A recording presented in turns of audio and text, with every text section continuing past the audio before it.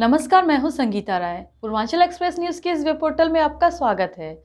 आइए देखते हैं हमारे संवाददाता राम सकल यादव की यह विशेष रिपोर्ट।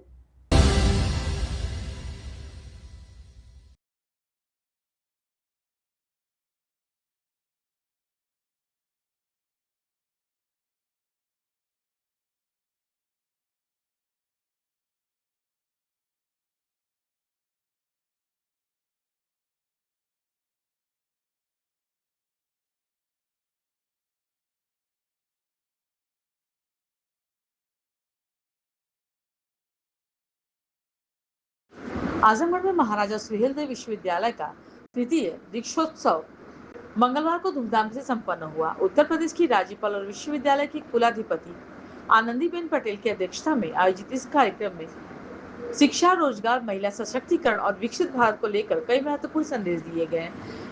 दीक्षोत्सव में कुल 74 विद्यार्थियों को उपाधियां प्रदान की गई, जबकि मेधावी विद्यार्थियों को कुल 88 पदक दिए गए। खास बात यह रही कि उपाधि और पदक हासिल करने में छात्राओं ने छात्रों को पीछे छोड़ दिया। उपाधि पाने वालों में 48 छात्र और 26 छात्र शामिल हुए। पदक पाने वाले विद्यार्थियों ने भी ग्रामीण क्षेत्र के छात्रों का दबदबा रहा। कुल 74 मेधावी विद्यार्थियों में 59 ग्रामीण क्षेत्र के और 15 शहरी क्षेत्र से रहे। राज्यपाल आनंदीबेन पटेल ने छात्राओं की उपलब्धि पर खुशी जताते हुए कहा कि बेटियां उच्च शिक्षा, शोध, नवाचार और नेतृत्व के क्षेत्र में लगातार आगे बढ़ रही हैं। उन्होंने विद्यार्थियों से कहा कि डिग्री मिलने के बाद पढ़ाई खत्म नहीं होती, बल्कि जीवन भर सीखते रहना जरूरी है। राज्यपाल ने विश्वविद्यालयों में युवाओं के लिए रोजगार परक और कौशल पर आधारित पाठ्यक्रम शुरू करने पर जोर दिया। उन्होंने कहा कि युवाओं को केवल नौकरी तलाशने वाला नहीं, बल्कि रोजगार देने वाला बनने की दिशा में आगे बढ़ना चाहिए। उन्होंने युवाओं को नशे से दूर रहने की अपील करते हुए कहा कि युवाओं को नशे का नहीं, विकसित भारत के निर्माण का जुनून होना चाहिए। साथ ही उन्होंने डिजिटल तकनीक और आर्टिफिशियल इंटेलिजेंस का इस्तेमाल नैतिकता और जिम्मेदारी के साथ करने का आह्वान किया। दीक्षोत्सव के दौरान राज्यपाल की प्रेरणा से चल रहे HPV टीकाकरण अभियान के तहत आजमगढ़ और मऊ की करीब 2000 बेटियों का टीकाकरण कराया गया। राज्यपाल ने कहा कि कोई भी बेटी HPV वैक्सीन से वंचित नहीं रहनी चाहिए। उन्होंने बताया कि 17 सितंबर को विशेष अभियान चलाकर देश भर में 1 करोड़ बेटियों को HPV वैक्सीन उपलब्ध कराने की लक्ष्य रखा गया है। वहीं आजमगढ़ और मऊ में कुल 500 आंगनबाड़ी केंद्रों को किट वितरित की गई, जिसमें आजमगढ़ के 200, मऊ के 200 और विश्वविद्यालय की ओर से 100 किट शामिल हैं। राज्यपाल ने बताया कि प्रदेश में अब तक कुल 73,793 आंगनबाड़ी केंद्रों को सुविधा संपन्न बनाया जा चुका है। समारोह में पद्म विभूषण और प्रसिद्ध बांसुरी वादक पंडित हरिप्रसाद चौरसिया की मौजूदगी भी खास रही। राज्यपाल ने उनकी साधना और भारतीय संस्कृति को विश्व स्तर पर पहचान दिलाने के योगदान की सराहना की। पंडित हरिप्रसाद चौरसिया ने विद्यार्थियों को अनुशासन, निरंतर अभ्यास और लक्ष्य के प्रति समर्पण रहने का संदेश दिया। कार्यक्रम के दौरान विश्वविद्यालय में नव निर्माण कार्यों का उद्घाटन भी किया गया। इसमें छात्रावासों की 4 दीवारी, कुलपति एवं अधिकारी आवास, वाहन पार्किंग, वीडियो कॉन्फ्रेंसिंग कक्ष, दत्तात्रेय सरोवर, चरक वानस्पतिक उद्यान एवं तमसा वन, कवर्ड पाथवे और इंडियन बैंक की शाखा शामिल है। विश्वविद्यालय परिसर में लगाए गए प्रदर्शनी स्टॉलों का भी राज्यपाल ने अवलोकन किया। यहाँ विद्यार्थियों ने मिलेट से बने उत्पाद, कलाकृतियां और स्टार्टअप से जुड़े नवाचार प्रदर्शित किए। इसके साथ ही विश्वविद्यालय द्वारा गोद लिए गए 5 गाँव के 24 छात्र छात्राओं को प्रशस्ति पत्र और शैक्षिक किट देकर सम्मानित किया गया। बच्चों ने देशभक्ति, लोकगीत और पर्यावरण संरक्षण से जुड़ी प्रस्तुतियां भी दी। राज्यपाल ने विद्यार्थियों से भारतीय संस्कृति, चरित्र, अनुशासन और राष्ट्र सेवा के मूल्यों को अपने जीवन में अपनाने का आह्वान किया। उन्होंने कहा कि डिग्री पहचान दिलाती है, लेकिन चरित्र सम्मान दिलाता है। कुल मिलाकर महाराजा सुहेलदेव विश्वविद्यालय का तृतीय दीक्षोत्सव केवल उपाधि और पदक वितरण तक सीमित नहीं रहा, बल्कि युवाओं को शिक्षा के साथ कौशल, रोजगार, नवाचार, संस्कार और राष्ट्र निर्माण से जोड़ने का संदेश भी दिया गया। समारोह में मंडलायुक्त DIG, जिलाधिकारी रविंद्र कुमार, वरिष्ठ पुलिस अधीक्षक डॉक्टर अनिल कुमार, कुलपति प्रोफेसर संजीव कुमार, विश्वविद्यालय के अधिकारी, शिक्षक, विद्यार्थी, जनप्रतिनिधि और बड़ी संख्या में गणमान्य लोग मौजूद। और संगीत की वैश्विक साधना के माध्यम से आपने भारतीय संस्कृति को विश्व भर में नई पहचान दिलाई। आपका जीवन इस बात का सशक्त उदाहरण है कि निरंतर अभ्यास, अनुशासन और उत्कृष्टता का संकल्प साधक को सर्वोच्च शिखर तक पहुंचा सकता है। आपकी उपस्थिति विद्यार्थियों को अपने अपने क्षेत्रों में उत्कृष्टता प्राप्त करने और राष्ट्र का गौरव बढ़ाने के लिए सदैव प्रेरित करती रहेगी। अब उनको पूछिए कि ये कितने लोगों को रोजगार देती है। हमें पता नहीं रहता है कि एक व्यक्ति क्या कर सकती है और कितने लोग उनके साथ जुड़े हुए होते हैं। मुझे याद है बांसुरी की बात। मैं पीलीभीत गई थी और पीलीभीत में ऐसे ही स्टॉल लगा हुआ था और एक स्टॉल में देखती गई, आखिर में बांसुरी का स्टॉल आया। और बांसुरी का स्टॉल आया तो मैंने जरा पूछ परछ करी, बड़ी बड़ी बांसुरी, कलरफुल बांसुरी, तो उन्होंने मुझे एक बांसुरी भेंट की। अब मेरे साथ पीएसओ था, उसने ये कहा कि तो बचने वाली नहीं है और आप पेन को क्यों देते हैं। मैं विशेष रूप से युवाओं से आग्रह करती हूँ कि वे नशा मुक्त, स्वस्थ और अनुशासित जीवन अपनाएं। योग, खेल, सकारात्मक चिंतन और आत्मसंयम जीवन को सफल बनाते हैं। डिजिटल माध्यमों का विवेकपूर्ण उपयोग करें और असत्य सूचना, साइबर अपराध तथा डिजिटल व्यसन से स्वयं को दूर रखें। इससे ही बचना है। हमारा संविधान हमें अधिकारों के साथ साथ मूल कर्तव्यों का भी बोध करता है। राष्ट्रीय एकता, महिला सम्मान, पर्यावरण संरक्षण, वैज्ञानिक दृष्टिकोण, सामाजिक समरसता और सार्वजनिक संपत्ति की रक्षा प्रत्येक नागरिक का दायित्व है। मुझे विश्वास है कि आप इन मूल्यों को अपने जीवन का अभिन्न अंग बनाएंगे। मित्रों, इसमें नागरिक की कितनी जिम्मेवारी है। गुजरात में दंगा होता है और बसें जलाई जाती थी, बड़े बड़े भवन तोड़े जाते थे, सरकारी भवन तोड़े जाते थे, जलाए जाते थे और इसके बाद करोड़ों रुपया का खर्च करके फिर से आंदोलन हो, लेकिन संपत्ति का नुकसान नहीं होना चाहिए। और इसी वजह से मैं बता दूं आपको, सीएम थे नरेंद्र भाई मोदी, उन्होंने तय किया यदि आप कोई भी भवन जलाओगे, कोई भी बस जलाओगे तो उसका जितना खर्चा होगा ये आपके पास से वसूल करेंगे। रोड है, घूमिए ना, किसी ने ना नहीं किया और ये काम शुरू हुआ। नोटिस घर पर पहुंची, ये बस इतनी कम कीमत की, 10 लोग पकड़े गए, चलो लाओ पैसा। तब जाकर जलाना, पुना, वो ये सब बंद हुआ। तो कड़काई तो करनी पड़ती है। ये कड़काई नहीं है, संपत्ति का बचाव। कितनी बार सरकार खर्च करेगी। एक बार बन गया इतना सुंदर भवन, 25 साल 30 साल तक कुछ नहीं होगा उसको।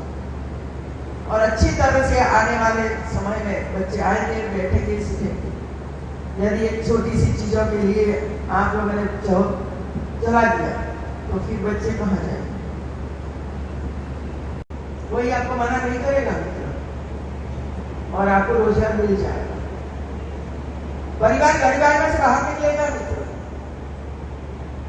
वैसे गरीबाई में से बाहर निकलने का साहस वही शिक्षा, ट्रेनिंग, और मैं आगे बताऊंगी कि क्या क्या सीखना चाहिए, क्या जरूरत है। इसी प्रकार आज 74 विद्यार्थियों को 88 पदक प्राप्त हुए। इनमें 48 छात्राएं और 25 छात्र शामिल हैं। पदकों में भी छात्राओं ने उल्लेखनीय प्रदर्शन किया। मैं सभी को बहुत बहुत बधाई देती हूँ और उनके अभिभावकों को भी बधाई देती हूँ कि गरीबाई में से बाहर निकलने के लिए आप अपने बच्चों को प्रेरणा दे रहे हो कि आगे बढ़ो। हम तो ये काम सालों से करते आए हैं, करते रहेंगे, लेकिन आप आगे बढ़ते रहेंगे तो हमारा परिवार आगे बढ़ेगा। तो उन्होंने क्या क्या किया, मैंने 4 शब्द लिख दिया, शायद इतना ही पता होगा। और इसी वजह से इस बार मैंने सभी यूनिवर्सिटी को कहा है कि आपकी जो यूनिवर्सिटी जिस नाम से जुड़ी हुई है, ऐसे बुक आपके पास है, पहले तो लाइब्रेरी में देख लीजिए आप 10, और बच्चों को प्रेरित करिए कि बुक पढ़े। और इसमें से इसके जीवन की कई घटनाएं ऐसी होगी जो हमें प्रेरणा देती होगी। समाज को उसने क्या क्या दिया है। इसमें स्पीच हो, लेखन कार्य हो, जहां वो रहते थे वो नजदीक में हो तो वो दिखाया जाए कि कहाँ रहते थे, कैसे रहते थे, परिवार के लोगों के साथ मिलाया जाए। तो ये सभी प्रवृत्तियां साल भर में चलनी ही चाहिए, तो ही पता चलेगा कि जो यूनिवर्सिटी के भवन में बैठे हैं और ऐसे वरिष्ठ व्यक्तियों के काम से भवन है, वैसे किसी का नाम इसे नहीं लिया जाता है, लेकिन कुछ करके गए और सालों तक लोग याद करते हैं उसके कार्य को। उनको हमें पहचाना चाहिए, समझना चाहिए। एफिलिएटेड कॉलेज भी यही काम करे। आपकी एफिलिएटेड कॉलेज कोई ना कोई नाम से होगी, याद नहीं है तो ये यूनिवर्सिटी का नाम है, इस पर चर्चा करिए और बच्चों को सिखाइए। आज के इस दीक्षोत्सव के 63,084 उपाधियां डिजी लॉकर पर अपलोड हुई। इनमें 42,724 छात्राएं और 20,360 छात्र शामिल हैं। यह प्रसन्नता की बात है कि उच्च शिक्षा के क्षेत्र में हमारी बेटियां निरंतर आगे बढ़ रही हैं और कुल उपाधियों में उनकी भागीदारी लगभग 2/3। अब मेरे मन में कई प्रश्न उपस्थित हुए, लड़के कहाँ जाते हैं? और इसी वजह से कुलपति जी को मैंने पूछा, मुझे बताइए लड़का की संख्या क्यों कम है? हमारे समाज में तो ये है, लड़कियों की संख्या कम होती है, लड़कों की संख्या ज्यादा हो रही है। लेकिन मुझे ये बताया गया कि वे लोग मुंबई तक पहुंचे हैं अपने रोजगार के लिए। मुझे बहुत अच्छा लगा और इसी वजह से मुझे तो आज ये पता चला, लेकिन एक दूसरा काम भी विश्वविद्यालय को मैंने दिया है कि आपका एक पूरा कैंपस, चाहे कॉलेज का कैंपस हो या यूनिवर्सिटी का कैंपस हो, 2 बजे के बाद 3 बजे के बाद पूरा हो जाता है। कम से कम एक भवन में जिसको रोजगार की आवश्यकता है, जो वो सीखना चाहता है, कम से कम 100 बच्चे इकट्ठा करके उनको पूछकर कि आप क्या सीखना चाहते हैं, और उसको 2 महीना 3 महीना का सर्टिफिकेट कोर्स यदि हम सिखा देते हैं और उसको एक विश्वविद्यालय प्रमाण पत्र मिल जाता है, सही प्रमाण पत्र, गलत नहीं, फर्जी नहीं, और वही बेटा या बेटी कहीं और ये सर्टिफिकेट लेकर जाएगी तो उसकी सैलरी बढ़ेगी, तो निकालना चाहिए। और दूसरा, एक बार पढ़ाई है, देखो भैया, मैंने एक बार तय किया कि मुझे एमएड करना है, लेकिन मैं स्कूल में सर्विस करती थी, मास्टर ऑफ एजुकेशन। मैंने सैटरडे संडे को यूनिवर्सिटी में प्रवेश किया और वहां में 2 साल पढ़ी। मुझे कोई जरूरत नहीं थी, लेकिन पढ़ना आवश्यक है, कंटिन्यूअस कुछ न कुछ पढ़ना चाहिए, ये समाप्त नहीं होता है पढ़ना। और ऐसी कई महिलाएं हैं जो पढ़ना चाहती हैं, अपना जो काम करती है ना, इसमें और कुछ करना चाहती है, ऑनलाइन डिग्री करना चाहती है, केवाईसी करना चाहती है। तो ऐसे अलग प्रकार के कोर्सेज शुरू करके ऐसे लोगों को पढ़ाओगे तो मैं मानती हूँ कि जो एरिया पूरा गरीबाई से ग्रस्त है। मैंने बेटियों को देखा, मैं मेरठ में गई, वहां की बेटियों को देखा, और बीच वाला एरिया मैंने देखा और ये एरिया देखा। हमें पता चल जाता है कि बीमारी हमारी ये है कि गरीबाई, और गरीबाई में से निपटने के लिए, बाहर निकलने के लिए ऐसे रोजगार आवश्यक है।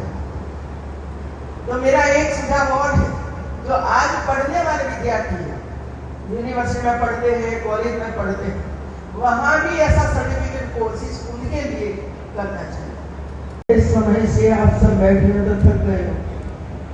बच्चों ने इतना सुंदर कार्यक्रम, आंगनबाड़ी का इतना सुंदर कार्यक्रम, लेकिन एक भी ताली नहीं बज पाई, एक ताली नहीं। कोई अच्छा काम करता है ना तो उसको बधाई देनी चाहिए।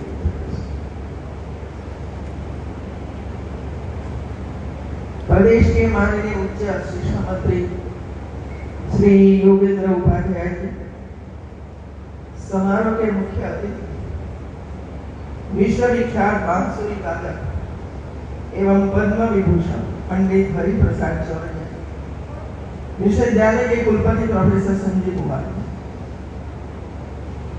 सामान्य परिषद, कार्य परिषद एवं शिक्षा परिषद के सभी सदस्य, संकाय अध्यक्ष, विभाग अध्यक्ष, महाविद्यालय के सभी आचार्य, शिक्षकगण, अधिकारीगण एवं कर्मचारी, आंगनबाड़ी की कार्यकर्ती, विद्यालय से आए हैं हमारे प्यारे बच्चे और उनके शिक्षक शिक्षिकाएं, उपस्थित अन्य महानुभाव और छात्र छात्राएं, देवी और सचिव,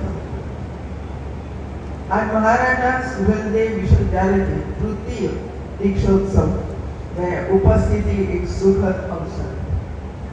आप सभी को दीक्षोत्सव की हार्दिक बधाई देती हूँ। यह विश्वविद्यालय वीर शिरोमणि महाराजा सुहेलदेव के नाम पर स्थापित है। उनका जीवन राष्ट्रीय स्वाभिमान, सांस्कृतिक अस्मिता, साहस, संगठन और जन कल्याण का अनुपम उदाहरण है। एक ही व्यक्ति में इतनी क्वालिटी हो वो तो बहुत कम लोग होते हैं।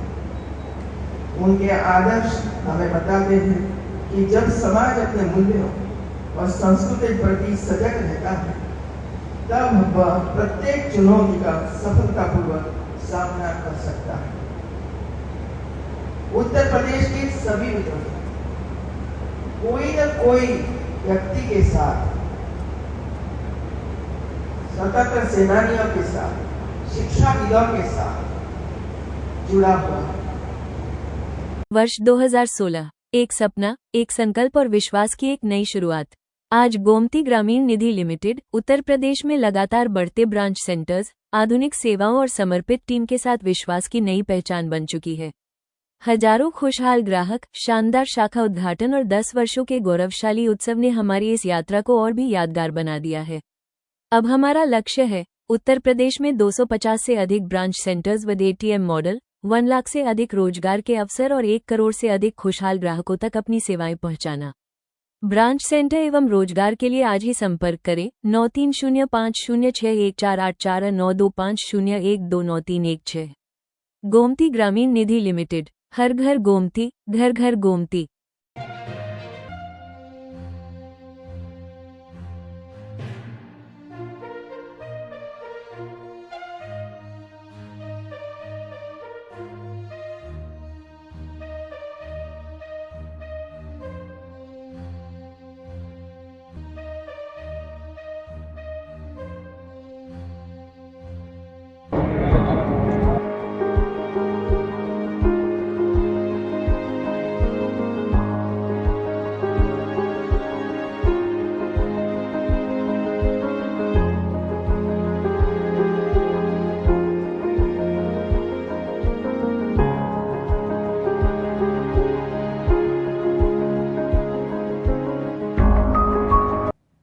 अगर आपको हमारी खबर पसंद आई हो तो हमारे चैनल को लाइक, सब्सक्राइब और शेयर जरूर करिए।